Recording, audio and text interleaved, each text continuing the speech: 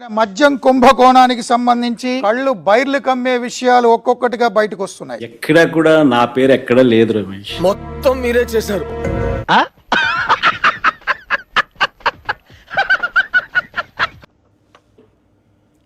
Liquor scam లో ప్రధాన నిందితుడిగా ఉన్న రాజ్ కేశిరెడ్డిని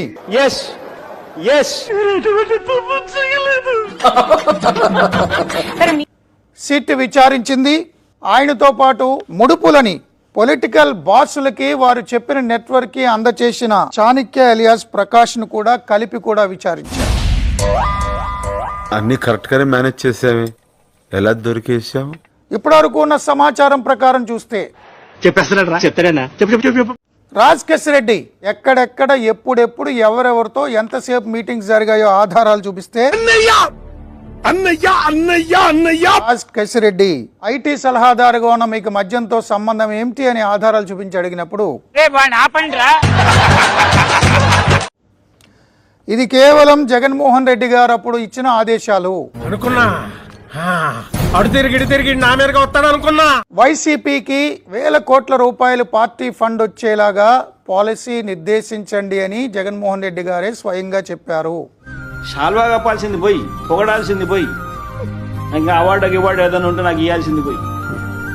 ఏంది మాట? ఇలాంటి యూస్లెస్ ఫెలో తప్ప ఎవడు అలాంటి మాట అండు. అంతా ఆయనే చేశారు కాబట్టి నేను నిర్వహించాను, తనకేం సంబంధం లేదు, అంతా ఆయనే చెప్పారు అన్నప్పుడు మీ కష్టం పగవాడికి కూడా రాకూడదు గురుగారు. మరేరా అక్షరాల 2300 కోట్ల రూపాయలు కేవలం రాజ్ కేశిరెడ్డి ఆస్తులు. ఏమిటండి మీరు మాట్లాడేది? అసలు పార్టీకి అసలు బిగ్ బాస్ కి ఎంత వెళ్ళింది తర్వాత లెక్క. ముడుపులు ఇస్తాను అని ఒప్పుకున్నటువంటి కంపెనీలకి మాత్రమే ఆర్డర్లు ఇచ్చేలా చేసి ఆ కంపెనీల నుంచి డబ్బులు వసూలు చేసి ఆ డబ్బుల్ని పొలిటికల్ బిగ్ బాస్ చెప్పిన వారికి అందజేసినందుకు వారికి తెలియకుండా కొంత, తెలిసి కొంత రాజ్ కేశిరెడ్డి ఆస్తులు 2300 కోట్ల రూపాయలట. ఇప్పుడు ఎక్కడ కొట్టాలరా నిన్ను? పట్టుకుంటే పని మార్గం లేదా?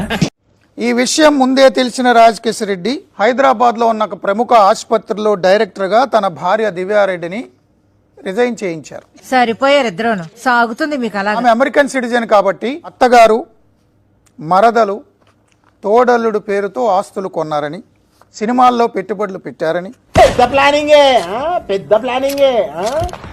బషీర్బాగ్ లో ఉన్న ఒక ప్రముఖ బంగారం వ్యాపార సంస్థతో సంబంధాలున్నాయి, అక్కడ కూడా పెట్టుబడులు పెట్టారని, అది కాదు మోసం చేశాను రా. ఇలాంటి మోసం ఏంటండి? ఒకసారి వినండి. అసలు ఎంత సంపద, దాని కథ ఏంటి, కమామేషి ఏంటి, లెక్క ఏంటి అని తెలిస్తే వాళ్ళు బైర్లు కమ్ముతాయి. అంటే రెండో పార్ట్ కూడా ఉందా కథలో? అది ట్విస్ట్ సార్. ఈ ముడుపులు 7 లేయర్లుగా వారికి చేరిందని. ఏంటి విషయం నీకు తెలిసిందా? నాకేంది, ఏపీ హోల్ మొత్తం తెలుసు. అందులో లీకేజ్ ఇలా 2300 కోట్ల లాంటి లీకేజ్ ఉన్నా ఒక 80% అయితే అనుకున్న వారికి చేరిందని. ఏం చిల్లర్ కాదురా మీరు. క్యాష్ రూపంలో, మైనింగ్ లో, బంగారం బిస్కెట్ల రూపంలో విదేశాలకి తరలించడంలో ఎన్ని ఎన్ని ఎన్ని ఎన్ని ఎన్ని ఎన్ని దారుణాలు సార్. బంకర్లలో దాచుకోవడమే కాదు, విదేశాల్లో యూరోప్ కి సంబంధించిన ఒక దేశంలో బ్యాంకును కూడా ఎక్వైర్ చేశారు. మీకు ఈ ఆలోచన ఎలా వచ్చింది? నాకు ఈ ఆలోచన ఎందుకు వచ్చిందని అడిగే బదులు మీకెందుకు రాలేదని సిగ్గుపడండి. దీని మూలాలు మామూలుగా లేవు. మనీ లాండరింగ్, దుబాయ్కి 3000 కోట్లు పంపించారని చెప్పి లావు శ్రీకృష్ణ 3000 కోట్లు కాదు స్కామ్, వేల కోట్లు. నేను చూసింది చూస్తుంది అంత నిజమేనా? రాజ్ కేశిరెడ్డి ఆస్తులే 2300 కోట్లు అంటున్నారు ఇప్పటి వరకు తేలిన లెక్క ప్రకారం. సాఫ్ట్వేర్ కంపెనీని టేక్ ఓవర్ చేశారని ఒకటి కాదు, 2 కాదు, ఆధారాలు చాలా వస్తున్నాయి. ఇవి గనక నిజమని తేలితే ఇది తుప్పు పట్టిన రాడ్డు ఇసుకో అందరు తాల్తే ఇది ఉప్పు కారం బాగా దట్టించిన కేరళ కర్రయం ఇది పెట్టి చిలికితీయో లిక్కర్ స్కామ్ లో ఈగ కదిపితే డొంక ఎక్కడికి వెళ్తుందంటే అందరూ ఊహించగలరు. ఎక్కడికి వెళ్ళేది ఏంది? నేనేనా సో జగన్ రెడ్డి గారి సోదరుడు వైఎస్ అనిల్ రెడ్డి గారు పెదనాన్న జార్జి రెడ్డి గారి కుమారుడు భారతీ సిమెంట్స్ డైరెక్టర్ ఇతరులందరూ కూడా బెయిల్ కోసం కోర్టులను ఆశ్రయించారు. నేను వస్తాను బాబు. ఆగు, నాకు నిద్ర వస్తుందండి.